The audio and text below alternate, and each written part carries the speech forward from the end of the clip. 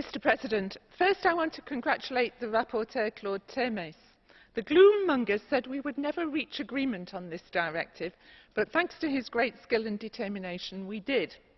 That was in June, and now we must move on and look ahead at what steps are necessary to make sure the Energy Efficiency Directive is properly implemented and achieves its goal. First, there is the gap. According to the Commission, the text of the EED will achieve about 15% of the 20%. On top of that, the proposed measures on boilers and on cars and vans will take us to 17%. But the boilers measure is still under discussion in the Council, as we have heard, and the cars and vans legislation hasn't come to the Parliament yet. So there is important work to do, and do ambitiously. And I'm anxiously awaiting the promised additional measures to close the remaining gap of 3%. Mr Commissioner, can we have them this autumn, please? Second, there is implementation.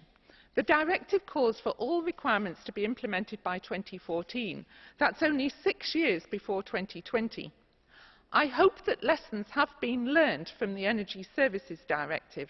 The Commission will need to monitor Member States closely and provide a guiding hand if necessary.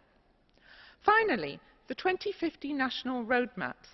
This could be the most effective measure in the directive if it is carried out seriously.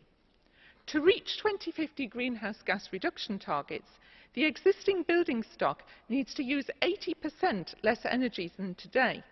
The national roadmaps must not be vague. They must set out a clear path for that reduction. Energy efficiency is a key part of economic efficiency, and in terms of the economy, we are all in this together. We can't afford slackers. Every country's business is everybody's business. So I hope the Commissioner will now commit to the task of making sure that the directive is 100% implemented. Thank you.